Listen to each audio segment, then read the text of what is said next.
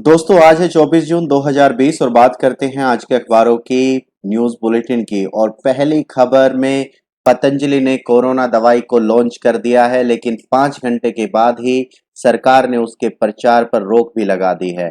मैं आप लोग को बता दूं कि कल ही योग गुरु बाबा रामदेव ने कोरोना की दवाई बनाने का दावा किया था, और जिसको लेकर उन्होंने कहा था कि 7 दिन में ही कोरोना का 100% इलाज संभव है।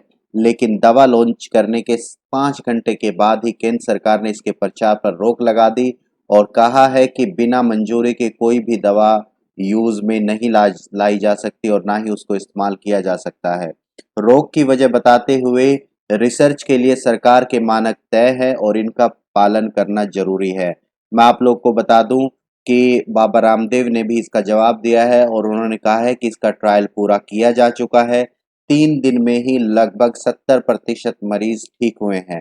लेकिन वहीं एलोपैथी के डॉक्टरों का कहना है कि अब तक ऐसा कोई भी दवाई नहीं बनी है जो केवल 7 दिन में ही कोरोना के वायरस को खत्म कर दे, और ये असंभव है।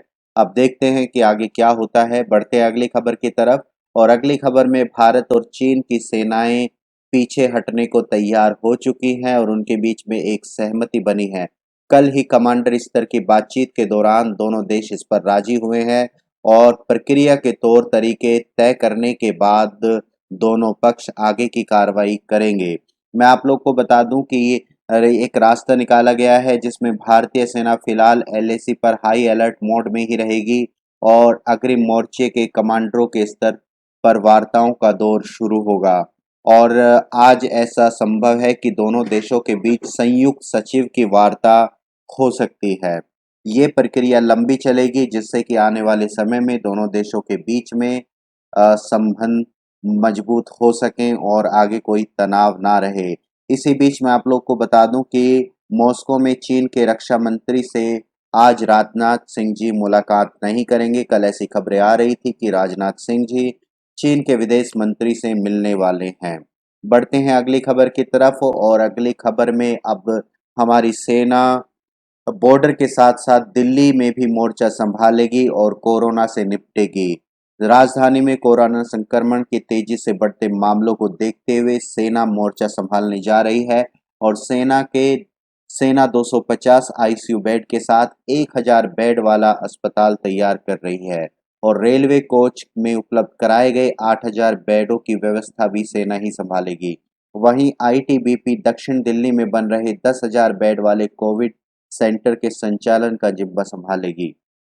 मैं आप लोग को बता दूं कि हमारे गृह मंत्री अमित शाह ने कल ही एक ट्वीट करके बताया था कि 1000 बेड वाला अस्पताल सेना तैयार कर रही है और 10,000 बेड वाले कोविड केयर सेंटर की जिम्मेदारी आईटीबीपी संभालेगी। इसी बीच मैं आप लोग को ये भी बताऊं कि मुख्यमंत्री अरविंद केजरीवाल ने केंद्र से सेना के डॉक्टर और कर्मचारियों की मांग की थी। बढ़ते हैं अगली खबर की तरफ। और अगली खबर में पाक से दूरी और बढ़ चुकी है और कूटनीतिक दूरी अब बढ़ रही है। कल ही एक फैसला लिया गया है कि पाकिस्तान के रवैये में सुधार ना होते देखकर भारत सरकार ने मंगलवार को एक अप्रत्याशित फैसला करते हुए उसके साथ कूटनीतिक रिश्तों की समीक्षा की। इसके तहत पाकिस्तान को नई दिल्ली स्थित अपने उच्चायोग में 7 दिनों में कर्मियों की संख्या आधी करने का निर्देश दिया गया है। और भारत के इस कदम के बाद पाकिस्तान ने इस्लामाबाद स्थित भारतीय उच्चायोग के चार्ज डी अफेयर्स को तलब कर 7 दिन में भारतीय कर्मियों की संख्या आधी करने का निर्देश दे दिया गया है। इस बीच भारत ने इस्लामाबाद स्थित उच्चायोग में कर्मियों की संख्या घटाने का फैसला भी कर लिया है। 2001 में संसद पर हमले के बाद घटा था पाक का डिप्लोमेटिक दर्जा और उसके बाद अब ऐसी सूचना आ रही है जो दोनों देशों के लिए अच्छी नहीं है। बढ़ते हैं अगली खबर की तरफ। और अगली खबर भी परेशानी लेकर आई है। एयर इंडिया की चार्टर्ड उड़ानों पर अमेरिका ने रोक लगा दी है और दोनों देशों के बीच उड़ानों पर 22 जुलाई से ये रोक प्रभावी रहेगी। मैं आप लोग को बता दूं कि अमेरिकी एयरलाइंस की उड़ानों को अनुमति न देने पर ऐसी कार्रवाई की गई है। और इसी बीच खबर आ रही है कि ब्रिटेन, फ्रांस व जर्मनी में जो एयरलाइंस है वो शुरू हो सकती है।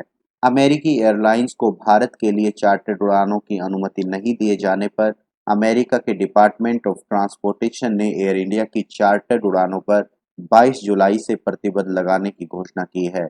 इधर Bharat, America, Britain, France, Germany के साथ सीधी व सुरक्षित उड़ानें शुरू करने पर विचार कर रहा है। अब देखते हैं आगे क्या होता है और आगे हमारी सरकार क्या करती है। तो ये थी आज की कुछ खबरें। अगर आपको ये पसंद आई हैं तो इसे लाइक करें, शेयर करें और सब्सक्राइब करें। Thank you.